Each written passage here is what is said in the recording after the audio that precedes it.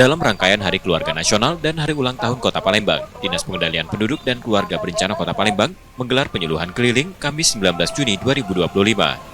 Mobil layanan bergerak menyusuri sudut-sudut kota, membawa pesan penting tentang kesehatan keluarga dan program KB. Program yang digelar sejak 16 Juni hingga 30 Juni 2025 ini terbuka untuk seluruh warga.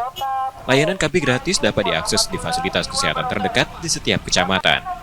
Beragam metode kontrasepsi ditawarkan, mulai dari pil, suntik, spiral, hingga metode operasi wanita. Penyuluhan ini tak hanya mensosialisasikan manfaat KB, namun juga mendorong kesadaran tentang pentingnya program Bangga Kencana serta penurunan angka stunting. DPPKB menargetkan 5.963 warga berpartisipasi dalam program ini. Salah satu vaskes yang aktif mendukung kegiatan ini, Puskesmas 4 Ulu di Kecamatan Seberang Ulu 1. Hingga 19 Juni 2025, tercatat sudah 30 warga mengikuti layanan KB gratis di lokasi tersebut. Targetnya kalau untuk tingkat kota itu lumayan besar Pak ya, targetnya ada 5.000, hampir 6.000-an, 5.963 kalau tidak salah Pak ya. Nah kalau untuk tingkat kecamatan